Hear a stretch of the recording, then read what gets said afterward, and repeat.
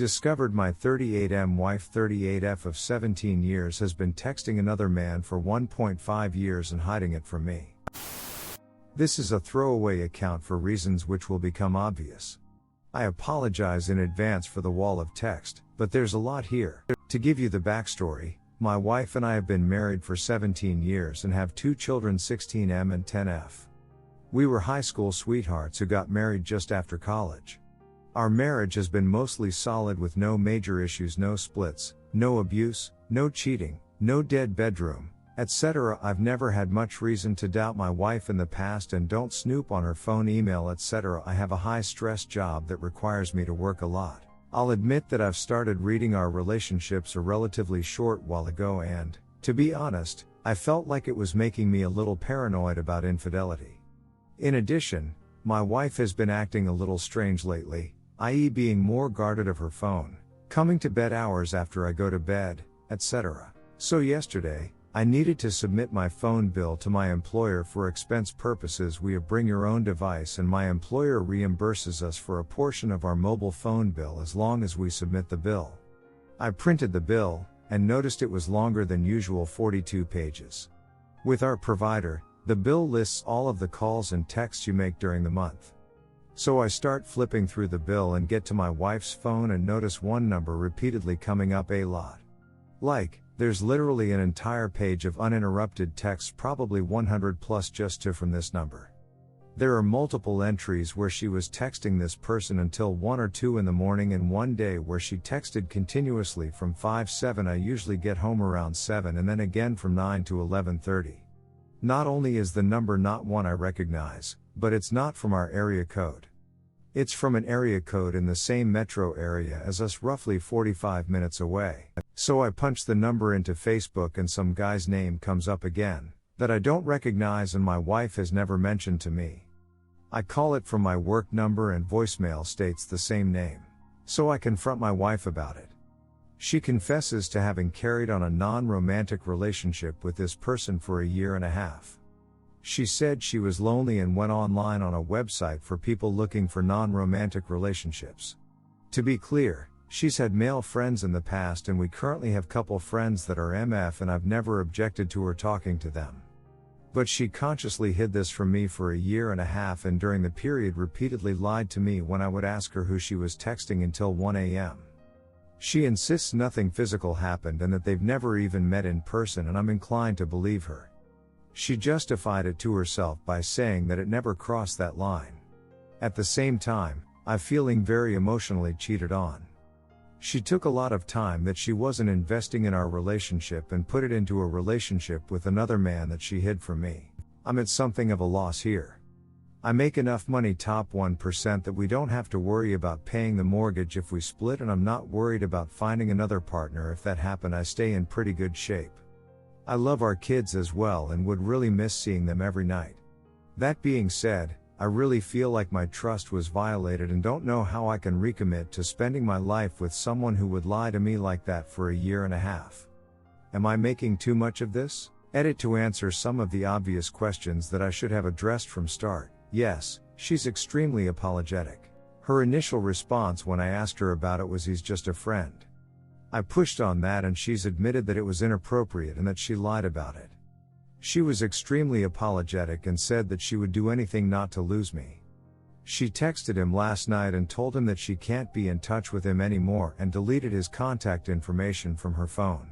If we stay together, we will absolutely do couples counseling. Update: discovered my 38M wife 38F of 17 years has been texting another man for 1.5 years and hiding it from me. First, I'll start by apologizing again for the wall of text. There's a lot here and it may not be interesting to some, but it's cathartic to me. Second, before I start, I want to sincerely thank all those who commented on my post, but especially those who mentioned the iPhone recovery software.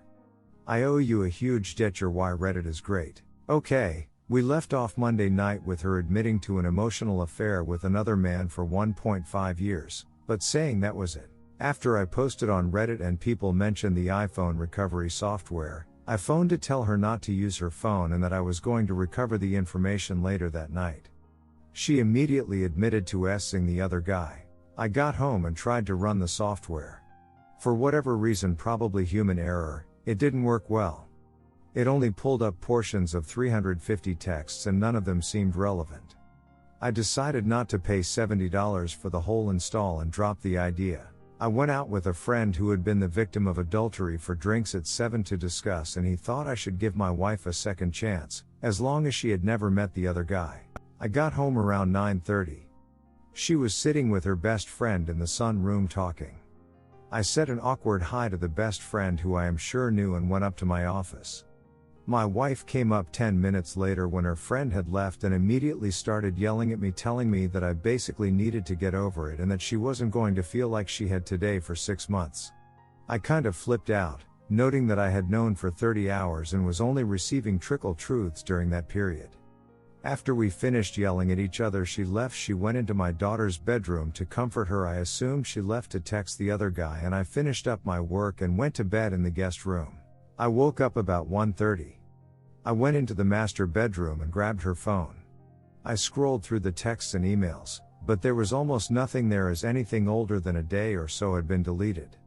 I felt horrible. I felt like I needed to be able to trust her, but continued to firmly believe she was lying to me and that there were things she wasn't telling me. I put the phone back in her room and then went back into the office. I googled iPhone recovery software and saw a couple results that looked interesting. I went back into the room and grabbed her phone again. This time she woke up and followed me into the office. I paid more attention to the software this time. I turned the phone into airplane mode, I disabled iTunes auto sync, I closed all the programs, etc. I ran the free test and it came back with 3,500 results, the sixth of which was from the other guy. I paid the $50 for the software and ran the full program.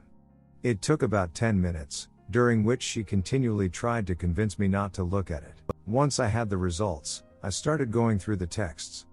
The good news was that there was nothing that suggested she and the other guy met. I had been in Europe from Monday through Thursday of last week and there were lots of recent texts. A lot of them were sexual, but none suggested they were meeting. Which gets to the bad news. I asked when they started S-ing, she said October. I looked through the texts, they're not really organized by name, just file size, so you kind of have to look through all of them, and found one from July. It was clearly from someone else anyway. The style was very different and was very sexually forward. I can't wait to see you naked, I'll wear anything you want, etc. There was also discussion of meeting up. So she trickle-truthed meeting up with 2 other guys from Craigslist. She said she fooled around with one of them, but that they met at a park, so they didn't have sex. At that point, I honestly felt like a huge weight had been taken off my shoulders. All of the doubt that I could trust her again became irrelevant, and I knew I could move on with a clean conscience. Later that night, she trickle-truthed sleeping with the other Craigslist guy one time. Last night she admitted to sleeping with another guy in Alaska when she went there alone on vacation a year and a half ago. I do believe her that she didn't meet the guy she was texting continuously given the texts I read, although given the way the texts were progressing, I firmly believe it would have happened eventually, and that nothing seemed to happen when I was out of town for a week, but it doesn't really matter now. You can guess the postscript. She's been crying her eyes out and begging me to give her another chance.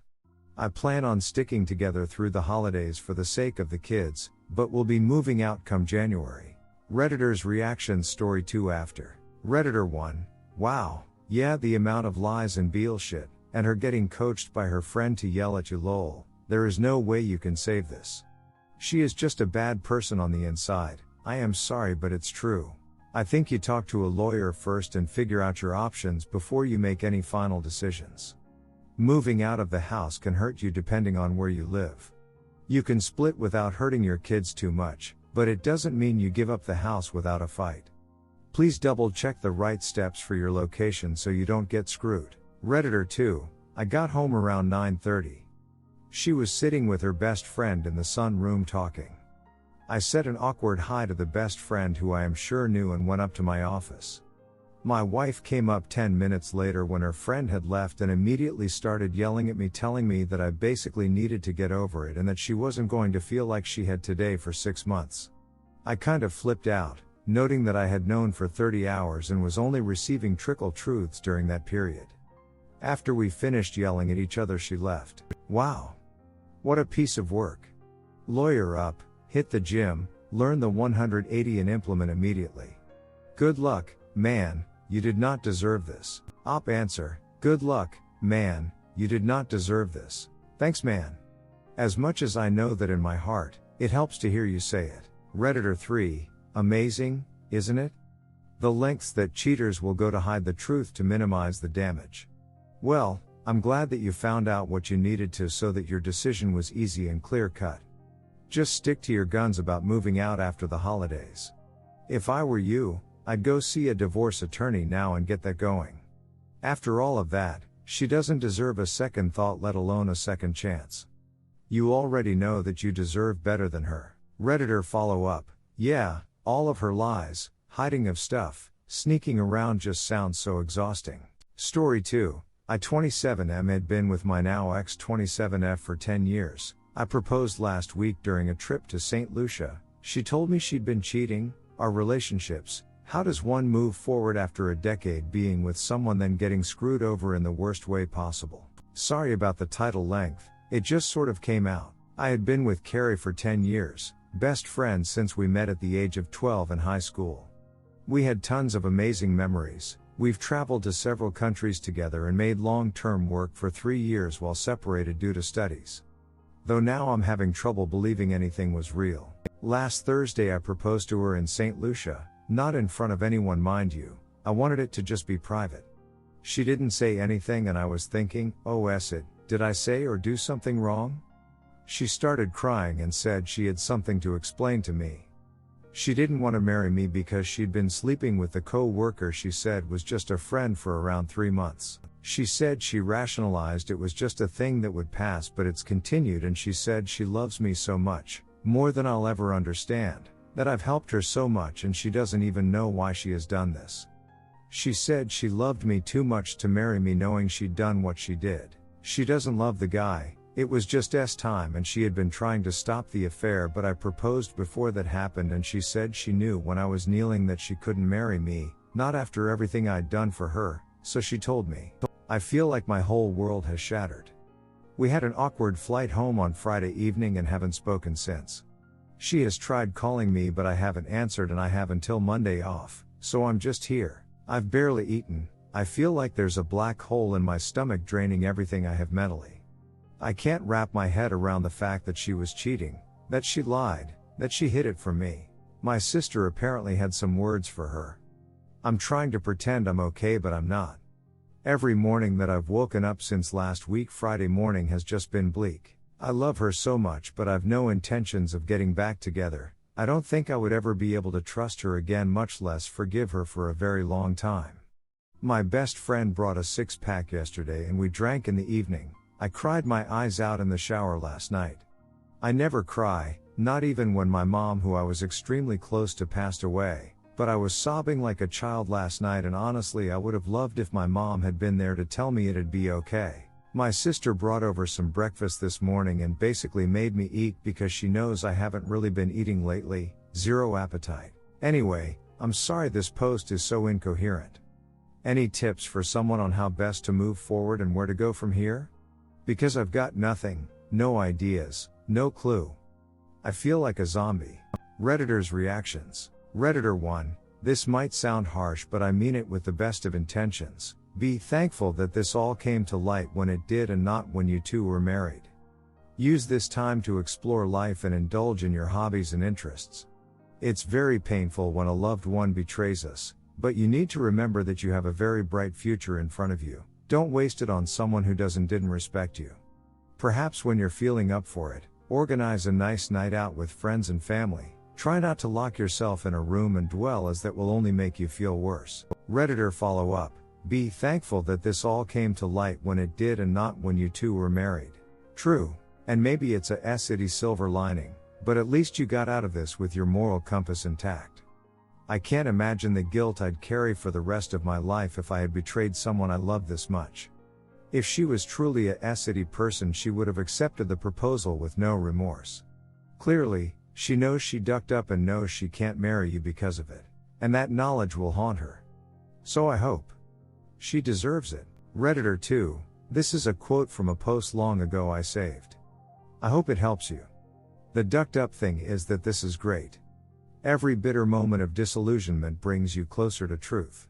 In your case, it brings you out of a shitty relationship and leaves you open to being in a good one. We cling to our old pain, we don't want it to go because we are attached to it, because we are afraid of an unknown future without it. The truth is, when we do this, we are clinging to an anchor that holds us at the bottom of the ocean. We are denying ourselves the growth we need. There's absolutely nothing wrong with this. You are totally allowed to feel the pain, cry in the shower, get drunk and scream your rage at the God you don't believe in. Do that. Feel that pain, dive deep into it. For about 72 hours. You have till Friday to wallow in self-pity, tell everyone how unfair it all is, and bemoan the injustice of being treated so poorly by someone you treated so well. But come Friday, I want you to start thinking about how it's better to be without her. Realize that she is likely to always be like this. She probably isn't going to suddenly stop cheating on people. She isn't going to stop pulling it like X has my permission to punch me in the face and blame it on you. Instead of thinking how hard it is to not have been cherished the way you want and deserve to be, realize that it's much harder to go through life not able to love and cherish people. She used you. She's never going to be able to stop wondering if her next lover is using her. She lives in a world where deceit is a part of love, and you just got out of that world. Think about that, you just got out of that world. Now you're free. Now you can find the next stage of your adventure. Maybe it will be the last stage, maybe it will be another false start, but it will be new and different. Now you have an opportunity to redefine yourself. Hit the gym, throw yourself into your work, reconnect with your loved ones. Or, if you want a little less BS, don't expect to be happy. Instead, work on creating the causes and conditions for you to find happiness. Take care of yourself and the things you love, be interested in personal growth, and have a lot of fun. Eventually you'll lock eyes with a special someone, and then a few years later you'll laugh about how some ex of yours cheated on you for months, and it probably saved you a few years of a dysfunctional relationship. I love you, brother, you got this. Edit original author. Redditor follow up. I was kinda with it until the end. She's not ever going to be some ex, not after 10 years. Redditor 3, this comment will get downvoted to non-existence, but it appears it is still taboo on these types of threads. You don't have to throw away those 10 years. Marriages and relationships have been known to survive affairs. Frankly, the fact that she felt the need to tell you, so much that she couldn't hold it back, the moment you proposed, is a sign of some level of character that is worth noting. Most Redditors will say once a cheater, always a cheater, but really there are degrees of cheating and this fact is lost on the hive mind. There is a difference between your girlfriend, not wife, having an affair with a co-worker and your fiancé blowing the best man, behind the barn, during your wedding reception. There is a great deal of info out there on how extramarital affairs have been overcome, and how some people have reported them as improving a relationship in the long term. Just Google, can a couple overcome an extramarital affair? I agree that total cutoff is appropriate right now. For at least a couple of weeks.